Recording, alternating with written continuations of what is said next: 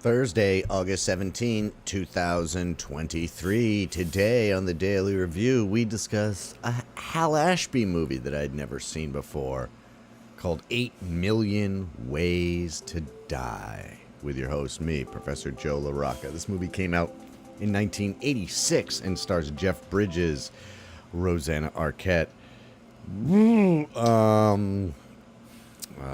Andy Garcia, one of my least favorite actors.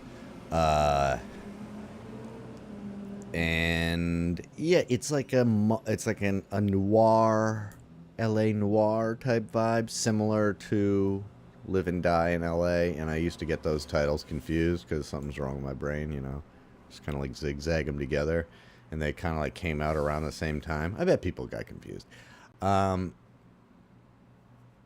Yeah, Jeff Bridges is a down and out cop who is then he's an ex-cop and he's an alcoholic, and he gets hired by a prostitute, which is so like, that is so film noir, right? Like, kind of shady guy, cop with a shady background, and then like a lady of the night comes to him and is like, hey, I've got a job for you, mister. So all that's good. Pretty intriguing beginning, you kind of get into it. Okay, then the plot point happens. You go, all right, now we got a thing going. We want to see what happens. Kind of a revenge story starts, and you kind of are you're invested in it. And then it just, for me, it falls apart. The pacing's real weird. The ending, it doesn't even really make sense. The very ending doesn't make any sense at all. It's like crazy. He's like, I'll take you home, even though we know the bad guy. It's like, so I genuinely don't get that. But here's the thing. The movie was taken away from Hal Ashby. And if he is anything, he is an editor. That's where he started. That is how he's made all of his movies. If you read anything about him, he just shot, not that he didn't know what he was doing, but he shot tons and tons of stuff and had a bunch of ideas and made it work in editing.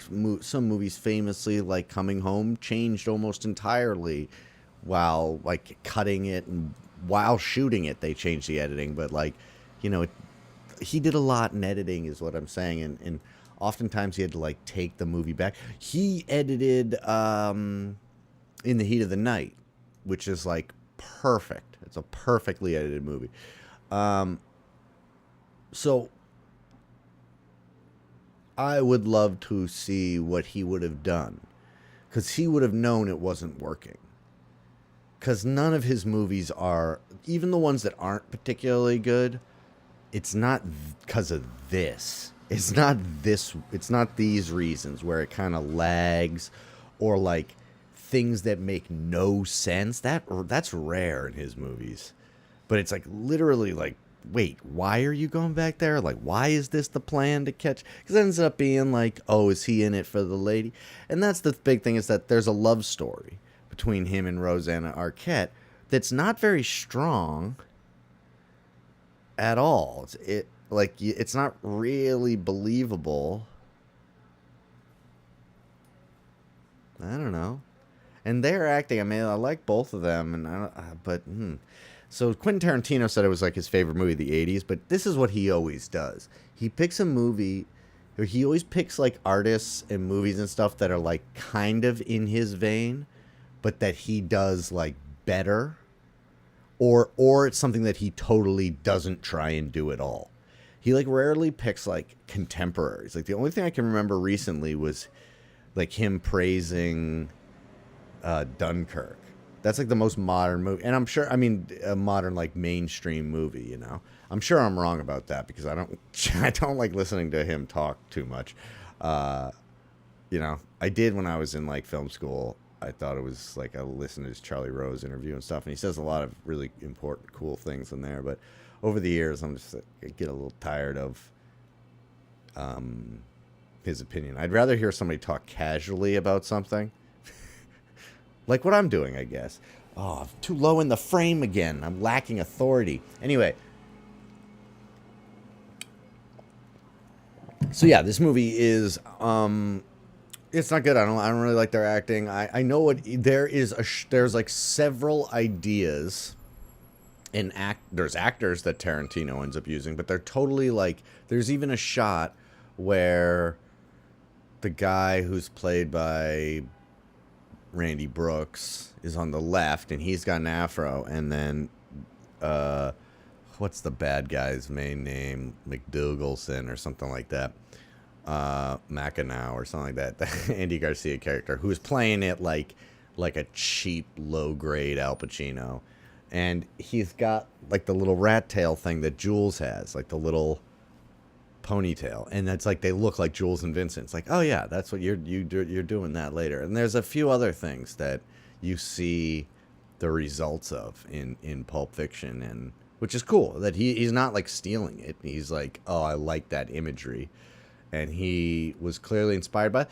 I wonder, that's the other thing I was thinking. I wonder if a movie like this seems to inspire a lot of directors. Like this obviously has a hand in the Coen brothers, right? Of Big Lebowski, the casting, and also just kind of the vibe, the kind of like down and out, clumsy.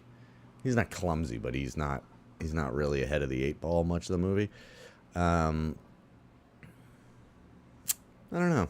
I wonder if a movie that's like not particularly successful can be as inspirational and influential as a movie that's really, really good, you know? It's almost like, but in the fact that this comes from like so many filmmakers' hero, you know, Hal Ashby is like a real like punk rock icon in the film world. And I mean, I guess he's more of like a hippie icon, but I liked that he would just like not listen to the studios, and it's just insane that it just shows you what changed between the 70s and 80s in filmmaking, and really it's from the mid 70s to the mid 80s, or late 80s, I should say, forever actually. Anyway, 8 Million Ways to Die, misses the mark.